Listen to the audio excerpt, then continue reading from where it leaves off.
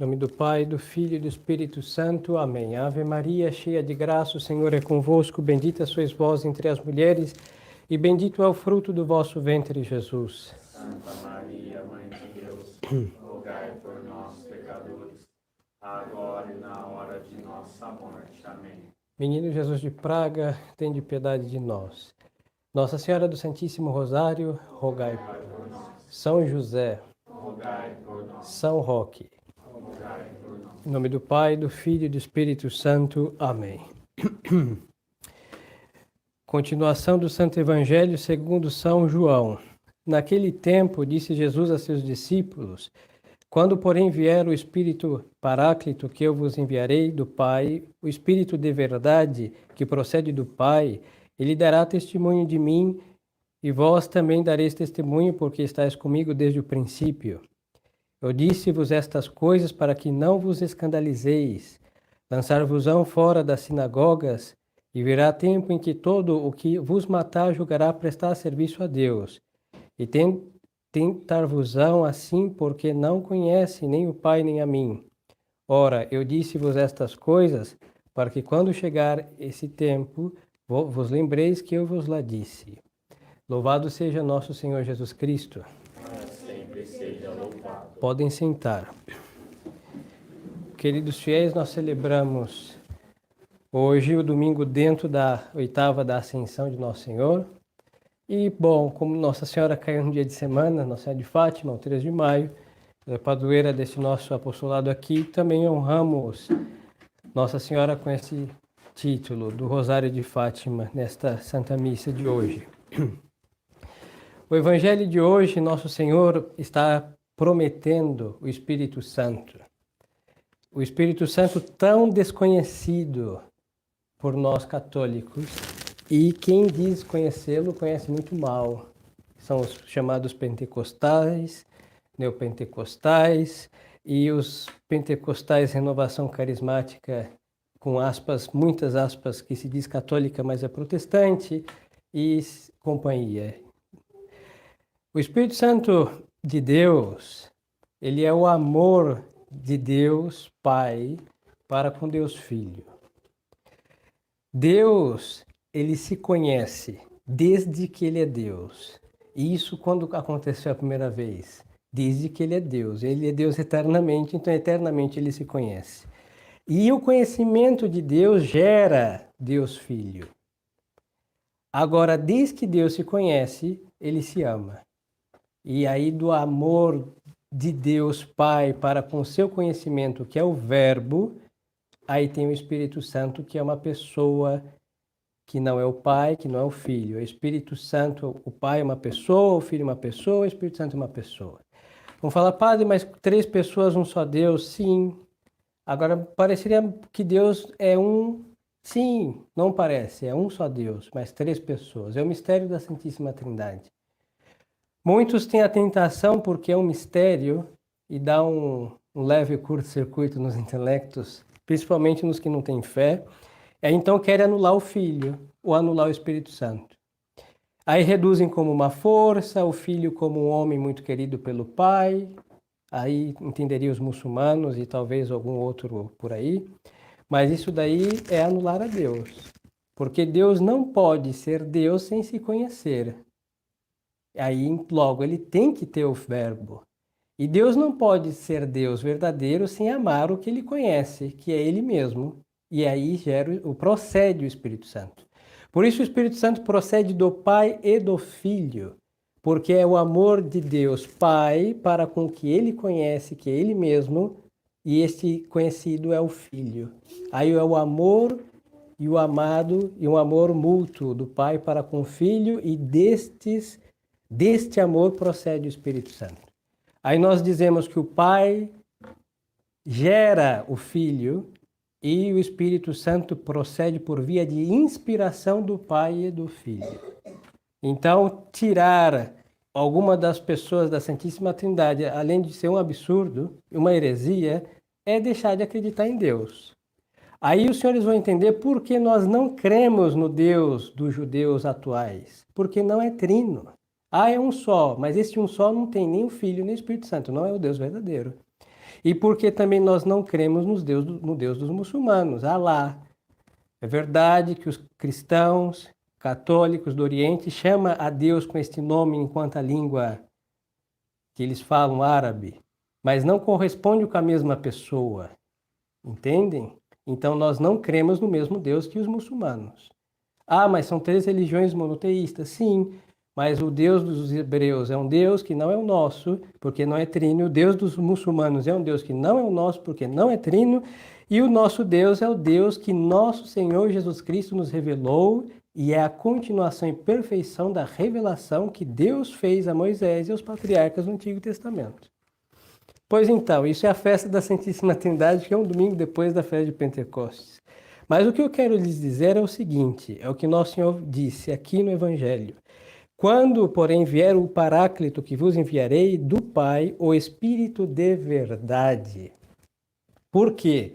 A verdade de Deus, Deus é a verdade por essência. É Deus Pai, é Deus Filho, é Deus Espírito Santo. Por isso, quem conhece o Deus Pai andou na verdade. Aí nós temos todos os do Antigo Testamento, que mesmo que parecera que os judeus de hoje é continuação daqueles não é. Porque há uma ruptura com a tradição vinda de Moisés e dos patriarcas para com a sinagoga de hoje. Por isso, no Apocalipse vai dizer, estes judeus não são a sinagoga de Satanás.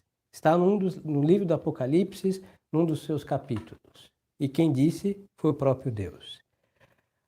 O Espírito de verdade é o Espírito Santo, que procede do Pai e do Filho, e tampouco está entre os muçulmanos. Porque o Deus único deles não é Filho nem Espírito Santo. Logo, não é o Deus da verdade. E ali, então, essas religiões, por mais que adorem o seu Deus, não andam na verdade. Haverá verdades naturais, por suposto, seguramente, mas as verdades essas não servem para chegar à vida eterna. Não servem.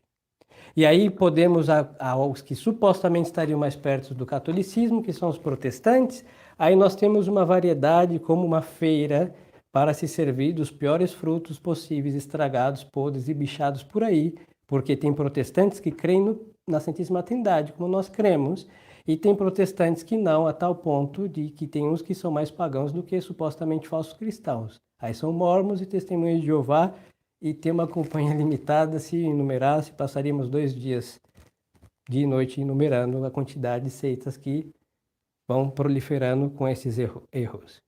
Agora, a fé católica tem a fé na Santíssima Trindade, e isso nos faz ser diferente de todos os demais.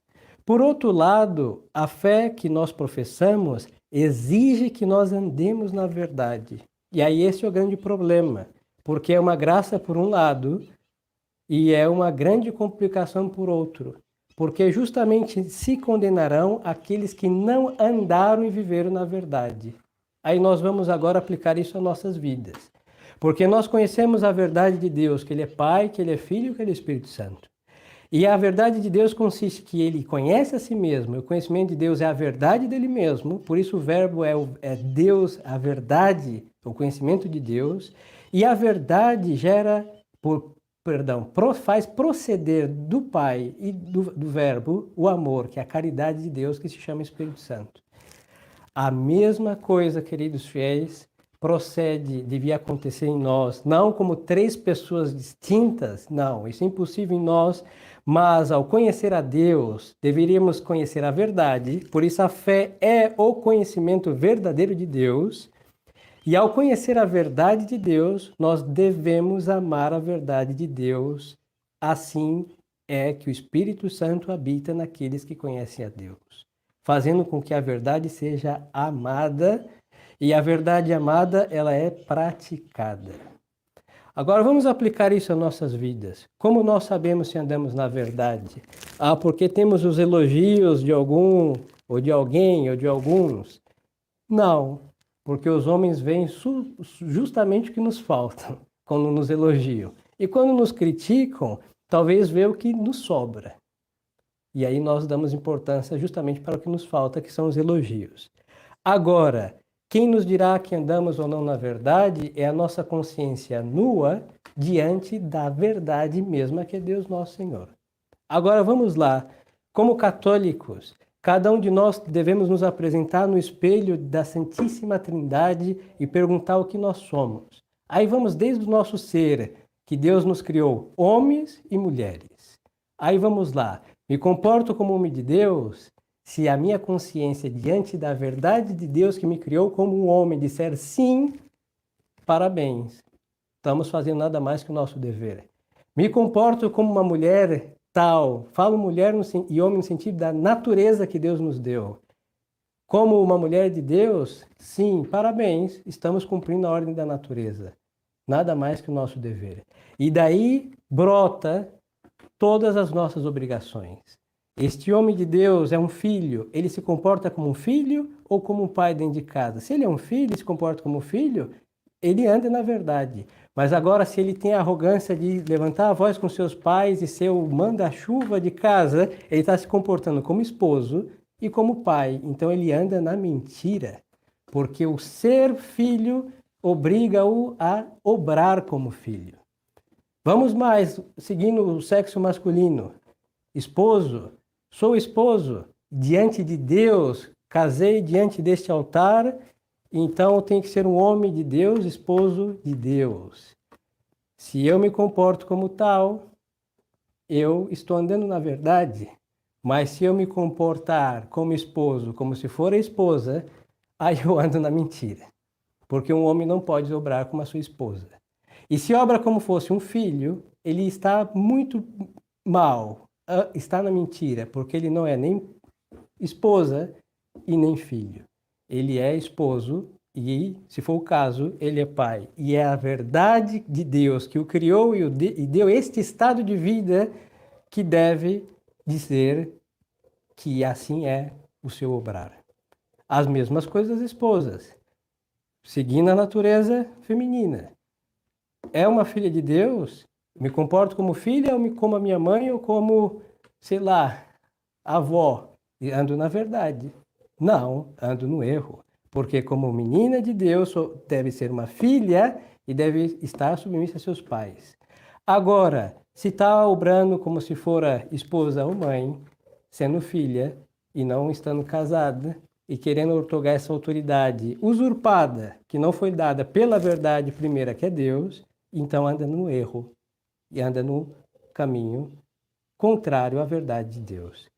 E assim podemos aplicar a toda a vida como homens e mulheres. Mesmo quando insistimos na modéstia, não é só usar uma saia, mas diante de Deus usa saias porque Deus está vendo, porque Ele criou uma mulher e não foi um homem. Sim, diante do padre, na missa de domingo, tudo muito bem, perfeito. Aí então nós somos católicos e modestos diante dos homens. Mas os homens que nos retribuirão por esta obra segundo a virtude, não. É Deus, e diante de Deus nós andamos como? Mulheres de calças e os homens de saia. Então andam como? No erro. Por isso nosso Senhor vai dizer, apartai-vos de mim, maldito, e ide para o fogo eterno, preparado para o demônio e os seus anjos. Por quê? Porque o diabo foi o primeiro a andar na mentira.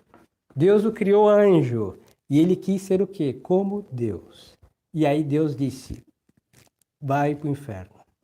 E por quê? Porque ele quis obrar com orgulho na mentira e incrimina quem? A Deus, dizendo que Deus fez a coisa errada e eu, como sou melhor do que Deus, vou consertar com o meu erro.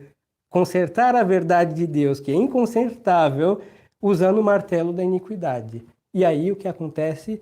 Toda desordem, todo pecado e toda a história da humanidade, desde Adão até o último dos pecadores. Assim, queridas almas, nós somos filhos da Santíssima Trindade e nós devemos conhecer a verdade de Deus. Por isso, nós devemos pregar nosso Senhor Jesus Cristo. E diante da pregação de nosso Senhor Jesus Cristo, nós devemos estar repletos do Espírito Santo, que é amar o que nós aprendemos de nosso Senhor Jesus Cristo.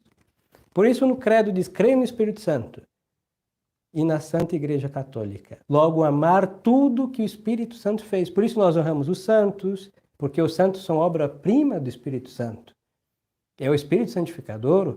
Por isso nós temos os nossos sacramentais, que inclusive os elementos mais simples são santificados pelo Espírito Santo como a bênção da Santa Igreja, e nós os honramos.